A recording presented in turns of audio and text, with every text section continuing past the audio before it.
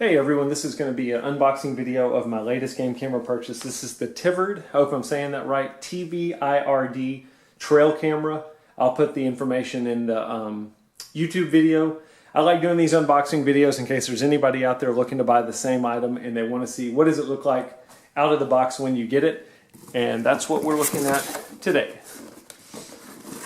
I've never used any cameras by this brand. I've never heard of this brand. Basically, the reason I bought this camera is it's the cheapest 16 megapixel trail camera I could find. Give a quick glimpse of the box. Hopefully you can read this.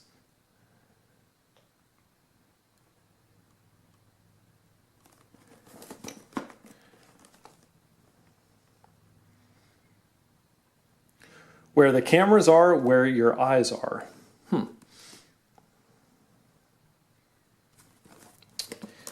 And let's open the box and take a look.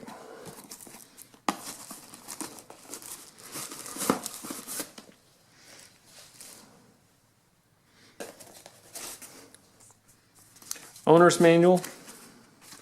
Doesn't look to be too thick, which for me is a good thing. I don't like cameras that are too complicated. I like ones that you can kind of turn on, set your settings and be done with it. Some of these cameras these days are getting way too advanced for what I need them for.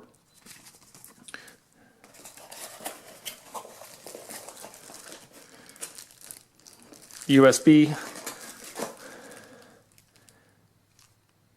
to mount your camera around a tree, it's your strap.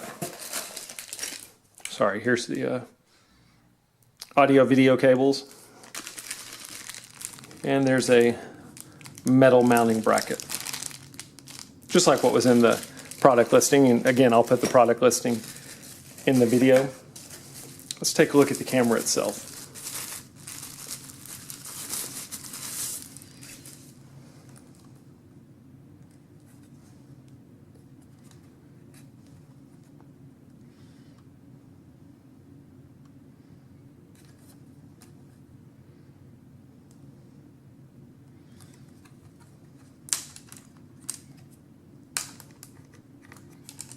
Pretty standard to other trail cameras I've seen.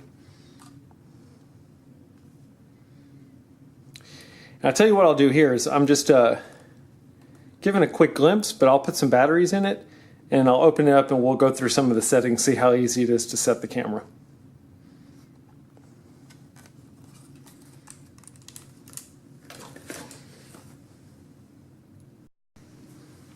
Alright, so I was going to go through and just show you the setup real quick.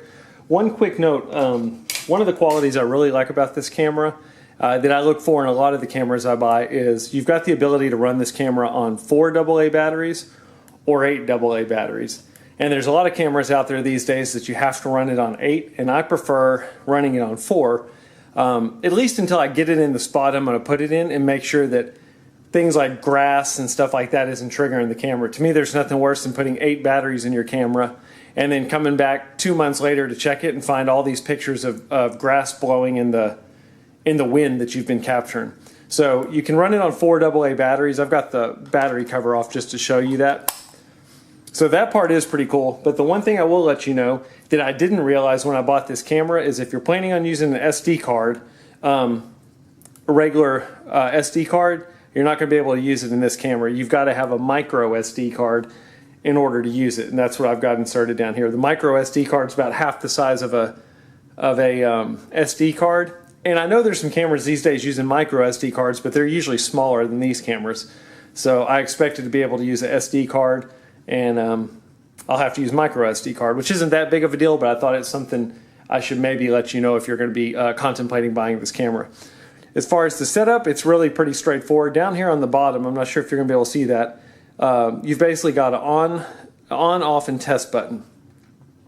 So all you're going to do is just move it to the test setting.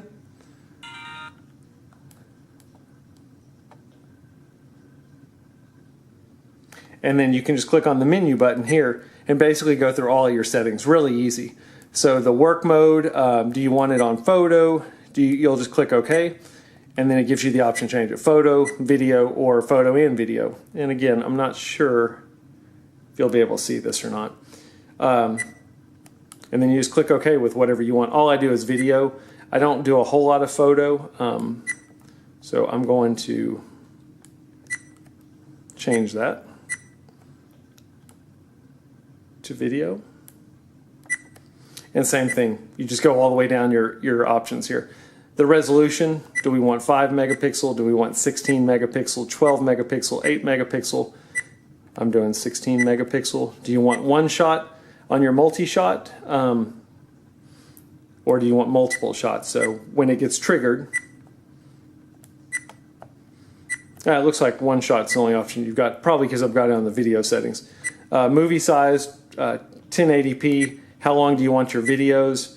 Want them 10 seconds, 15 seconds, 20 seconds, 30 seconds, 40, 50 seconds, or 1 minute. Let's see how long it goes. Wow, so the highest you can go is 5 minutes.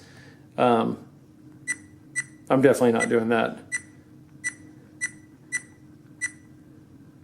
15 seconds is what I want. The trigger mode.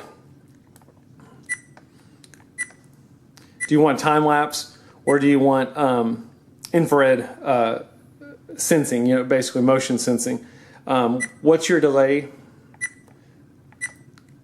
So once the trigger gets set or triggered by motion, how long do you want it to wait before it resets itself? I don't want 2 seconds, so I'm going to do 30 seconds. And then this is for your time-lapse settings. I don't use time-lapse. I really don't even know why you'd be using that unless you're just trying to capture food plots or something like that. Do you want side PIR, which basically means if it detects motion on the sides, do you want it to capture that or do you just want it to capture motion in front of the camera? So I'm going to leave that on. The flash power, you can do high, low, or auto. Just leave it on auto. Do you want your info stamp on or off? Kind of like mine off. To me, it just takes up space that you could be capturing an animal. Time switch, I'm not sure what that is. I'll have to read the directions to see what that is. Do you want your serial number on or off, password on or off, and then you can go in and you can set your clock. Other settings in here, just general stuff like the beep. Do you want this beep on or do you want to cut it off? I'm going to cut it off, and now you'll see there's no sound being made. Really easy, really straightforward as far as setting it up. So I'm going to go ahead and go through and get it set up the way I want to, and then I'll get it put out, and we'll take a look at what kind of videos we get.